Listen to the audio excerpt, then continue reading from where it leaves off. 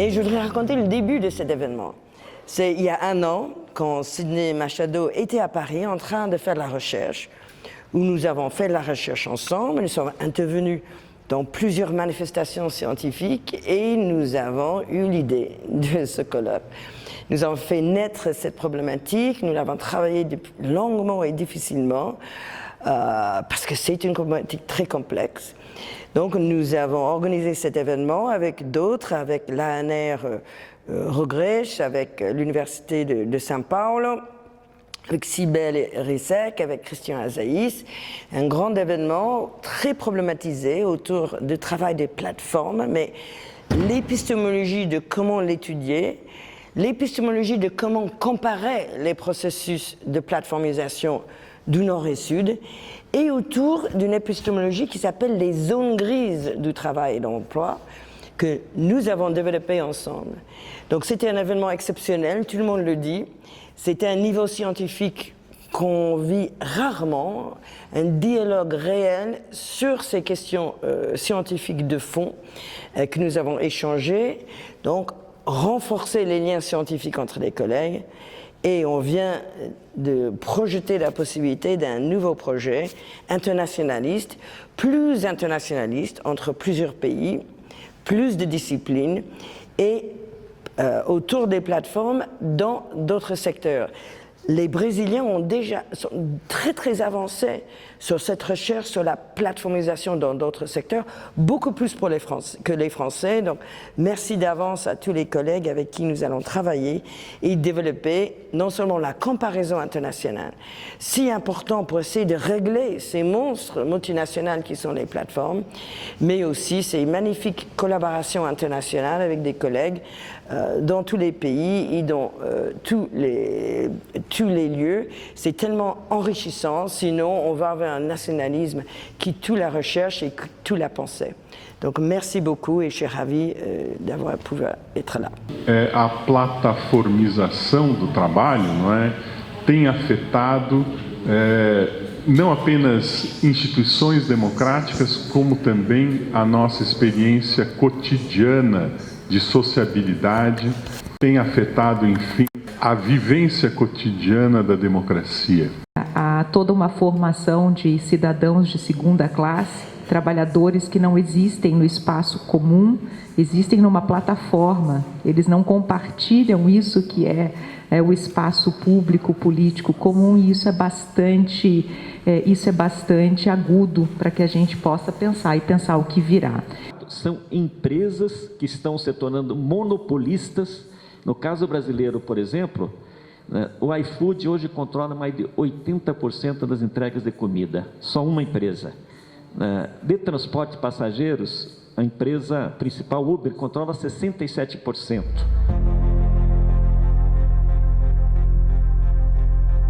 Absolutamente imprescindível, porque nenhum fenômeno social, político, etc., pode ser observado de maneira completa por um único olhar.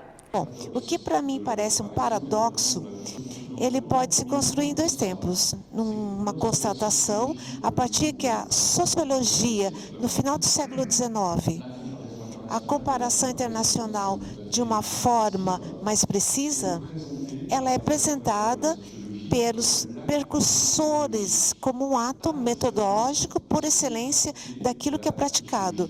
Utilizar a comparação para podermos instituir a sociologia no âmbito da disciplina positiva e fazer parte da epistemologia conquistado. A academia poder também trazer este aporte crítico, este olhar aguçado das experiências comparadas, né? Olhando o que já se tem produzido em outros países, construindo também a partir das diferenças e das aproximações dessas realidades, nos parece muito importante. É importantíssimo realizar a atividade de pesquisa da comparação, né? Hoje a gente chega num momento em que esse tema exige, né, estudos comparativos.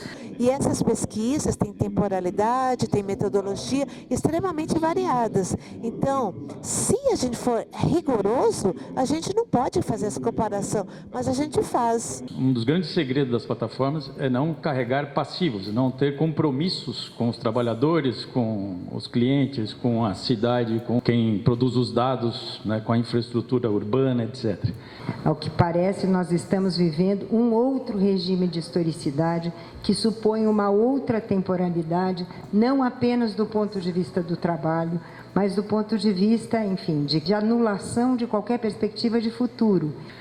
Então ela é uma contabilidade estranha, porque elas não têm passivos e, na verdade, elas também não têm muitos ativos, porque muitas delas, inclusive, funcionam sistematicamente em prejuízo. E assim como de anulação da memória e das heranças do passado, ainda que elas irrompam. Mas onde está o ganho de capital? E aí, quando investigamos, quando vamos atentar sobre isso, vemos que elas ganham muito na valorização da empresa em relação ao futuro, né? Ou seja, um ganho especulativo. Essa realidade que a gente queria entender melhor é do mundo plataformizado ou das plataformas digitais que, na realidade, hoje participam da vida da gente em todos os níveis, em todos os momentos, mas só aparentemente é simples, porque ela guarda um progresso tecnológico importante, diferentes processos de trabalho, diferentes conhecimentos, e tudo isso está alojado nesse processo que é muito contemporâneo da plataforma digital. Junto com a plataforma digital, também você precisa discutir quais são as condições de trabalho dos trabalhadores que se decidem, que optam, que são obrigados a trabalhar em plataformas, muitas vezes por falta de outras alternativas.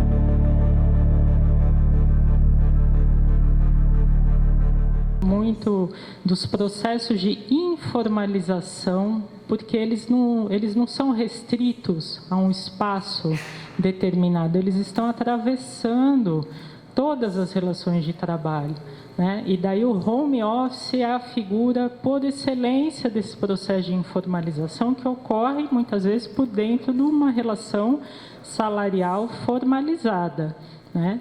Onde o que está sendo informalizado? Tudo.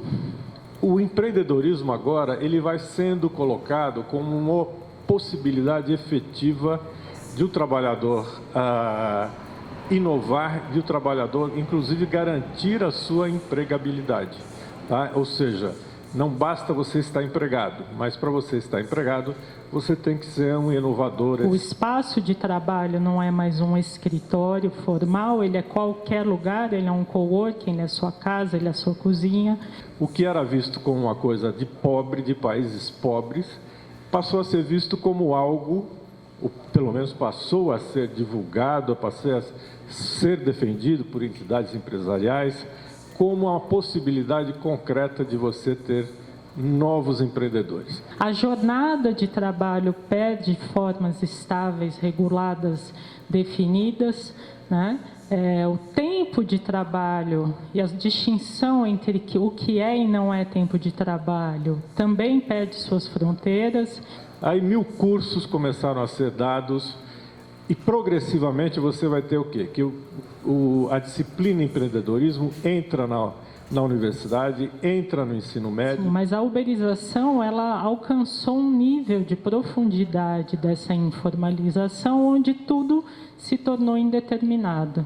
O que nós temos concretamente é o quê? Uma mudança cultural, que obviamente não significa que todo mundo está se achando empreendedor, não é nada disso, tá? Mas de fato você tem uma incorporação, uma interiorização desses valores. Não há contrato de trabalho, não há vagas.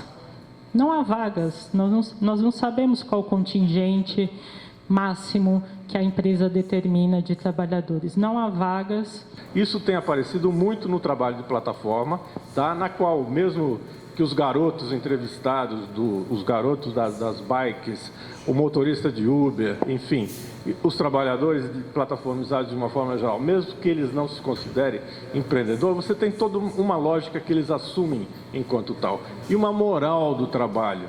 Não há um processo seletivo formalizado, esse processo está se dando o tempo todo, mas de formas indeterminadas, irreconhecíveis, não localizáveis.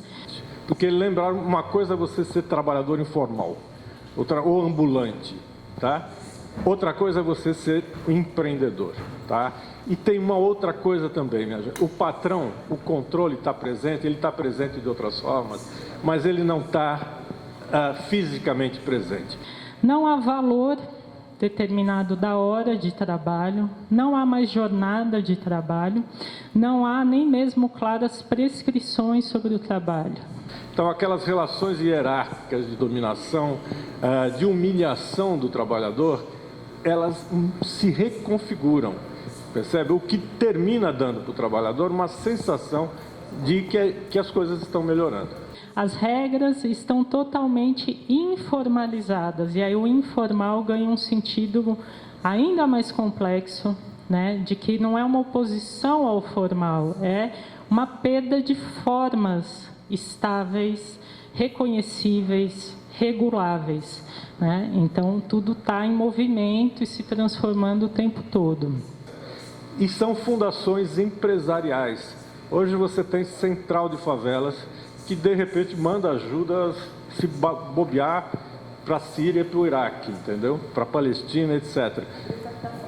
E abriu capital na Bolsa, percebe? Isso é o quê? Central de Favela. Então a gente tem ressignificações da pobreza, ressignificações da nossa miséria, agora à vista como empreendedorismo.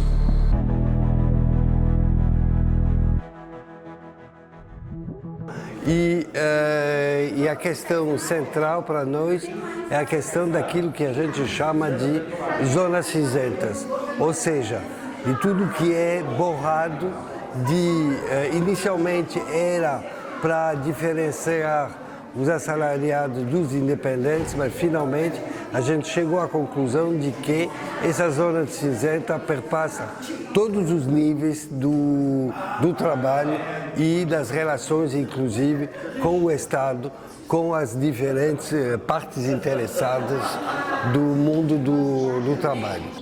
Particularmente quando pensamos em qualificá-la e dar-lhes novas qualificações que são novas.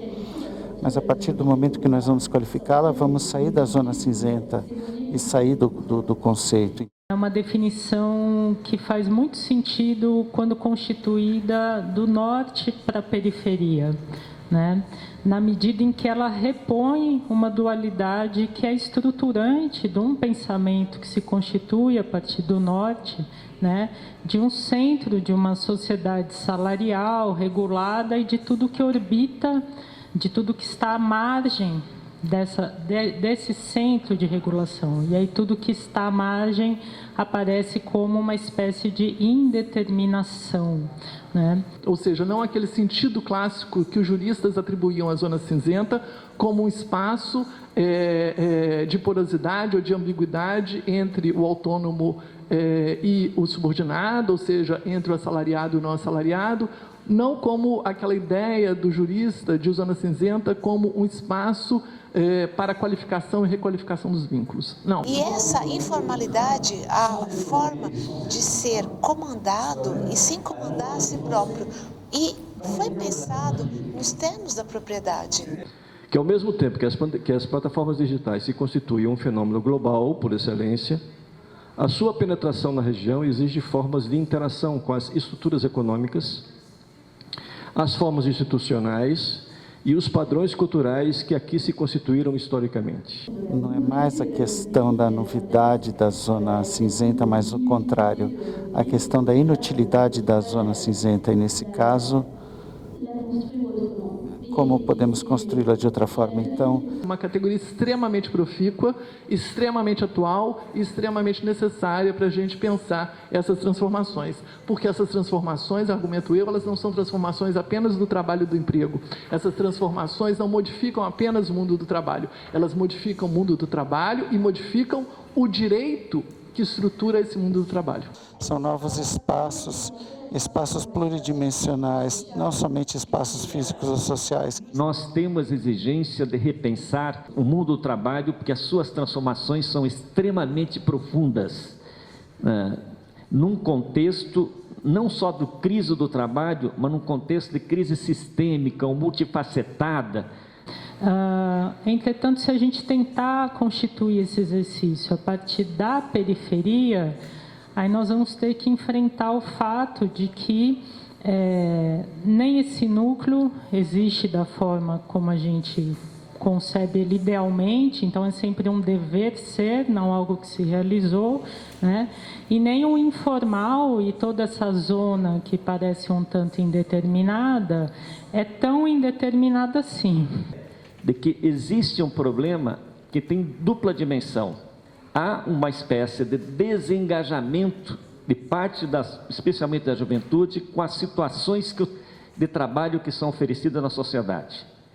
Ou seja, uma certa rejeição, frustração, para usar um termo do ponto de vista da juventude, uma certa frustração, termo do seminário na quarta-feira, tá? Da frustração dessa juventude. Mas também do ponto de vista das empresas, estão aparecendo sinais de problemas de disciplinamento da força de trabalho. Ou seja, as zonas cinzentas, elas não são onde elas se desmancham, são espaços, e principalmente expensos, espaços territoriais, onde nós temos formas novas de regulação, ou seja, de uma forma macroeconômica dominante, ou seja, duas direções de definições e que validam a ideia de um conceito polimorfo.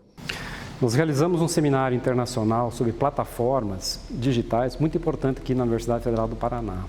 Muito importante do ponto de vista da qualidade da participação de pesquisadores, de professores brasileiros e franceses, que se reuniram em torno de pensar seus projetos de pesquisas, suas agendas de pesquisas e problematizar os temas relacionados à plataforma do ponto de vista norte e sul global, do ponto de vista, obviamente, da globalização, mas também de fazer aprofundar as pesquisas desse novo fenômeno que são as plataformas, mas não só elas, mas como elas ressignificam, recompõem o trabalho e ameaçam, desprotegem o direito dos trabalhadores.